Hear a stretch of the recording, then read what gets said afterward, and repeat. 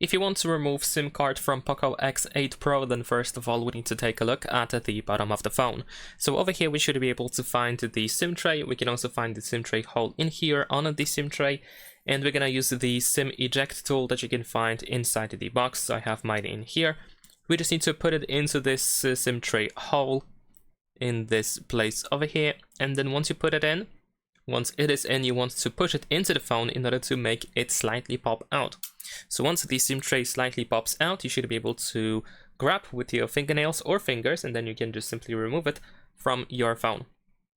Now, if you have two SIM cards inserted, then it is a little bit tricky to remove the SIM card, because most likely you have to gently, with a little bit of pressure, bend the SIM tray so that one of these SIM cards pop out. So in my case, there we go.